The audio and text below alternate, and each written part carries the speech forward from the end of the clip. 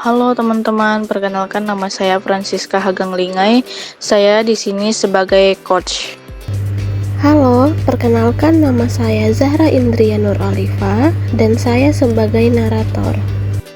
Halo, perkenalkan nama saya Windy Dasaputri, saya sebagai anggota. Halo, perkenalkan nama saya Hairun Nisa dan saya sebagai anggota. Halo, perkenalkan nama saya Eka Ramayana Putri dan saya sebagai anggota. Halo, perkenalkan nama saya Aldelia Puspita Syahri dan saya sebagai anggota. Halo, perkenalkan nama saya Ilham Saputra dan saya sebagai anggota. Assalamualaikum warahmatullahi wabarakatuh. Selamat pagi, salam sejahtera untuk kita semua. Pertama-tama marilah kita panjatkan puji dan syukur atas kehadirat Tuhan Yang Maha Esa, karena atas berkat-Nya lah kami dapat membuat video ini untuk memenuhi tugas pada mata kuliah manajemen kinerja, strategi dan operasional dengan dosen pengampu Bapak MR dan SKM MKes. Pada video kali ini kami akan membahas tentang studi kasus mengenai evaluasi kinerja dan upaya peningkatan kerja pegawai. Berikut adalah narasi tentang studi kasus mengenai evaluasi kinerja di rumah sakit. Baik, di sini saya sebagai narator akan melaporkan hasil evaluasi kinerja pegawai pada salah satu rumah sakit yang ada di Bandung selama 6 bulan terakhir. Berdasarkan data kehadiran yang telah diinput oleh staf-staf kepegawaian, menunjukkan bahwa kinerja pegawai mengalami penurunan dibanding 6 bulan sebelumnya.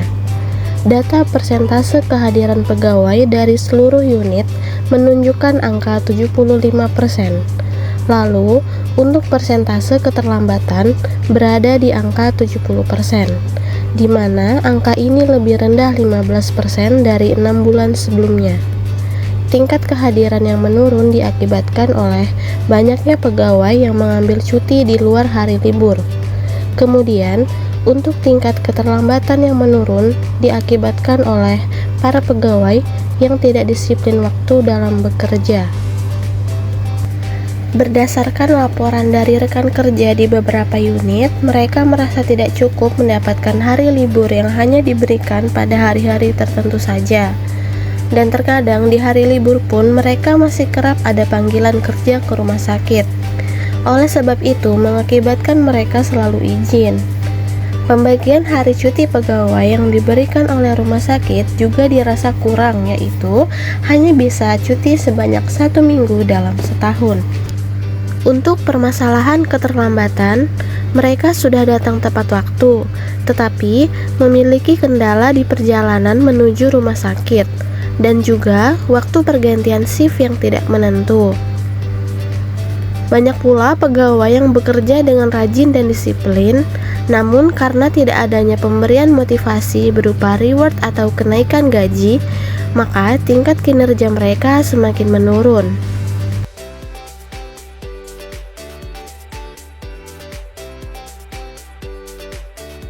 Baiklah, setelah mendengarkan pernyataan dari moderator tadi, saya rasa itu adalah masalah yang cukup berisiko bagi keberlangsungan rumah sakit ini ke depannya.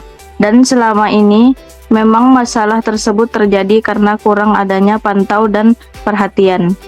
Solusi dari saya sendiri, mungkin kita akan menerapkan kebijakan rumah sakit yang baru mengenai kedisiplinan pegawai. Pemberian kebijakan ini bisa berupa ketegasan untuk rumah sakit agar tidak memberikan pekerjaan di hari libur, terutama untuk kepala unit masing-masing bagian agar memberi hari libur bagi para pegawainya. Jika memang benar-benar ada pekerjaan yang urgent di hari libur, pegawai bisa diberikan reward dan untuk hari cuti yang kurang bisa ditambahkan saja.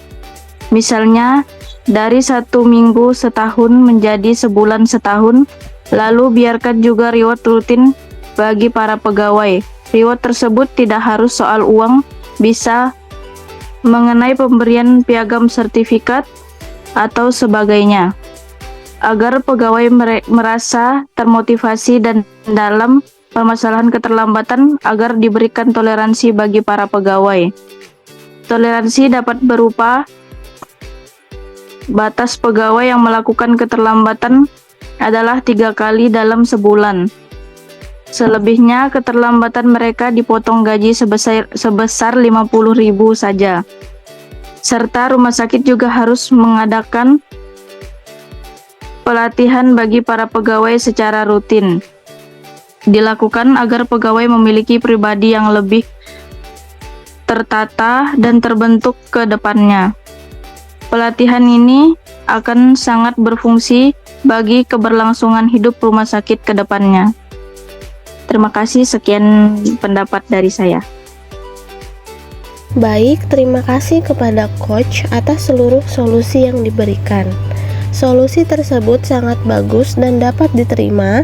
Semoga dalam pembuatan kebijakan yang baru nanti, semua dapat terwujud di rumah sakit tersebut. Jadi, kesimpulannya, untuk mengatasi penurunan kinerja pegawai, maka rumah sakit sebaiknya melakukan penerapan kebijakan rumah sakit yang baru mengenai kedisiplinan pegawai, memberikan reward rutin bagi para pegawai, dan tidak harus soal uang, bisa mengenai pemberian piagam sertifikat atau sebagainya, dan mengadakan pelatihan bagi para pegawai secara rutin agar pegawai memiliki pribadi yang lebih baik dan tertata ke depannya.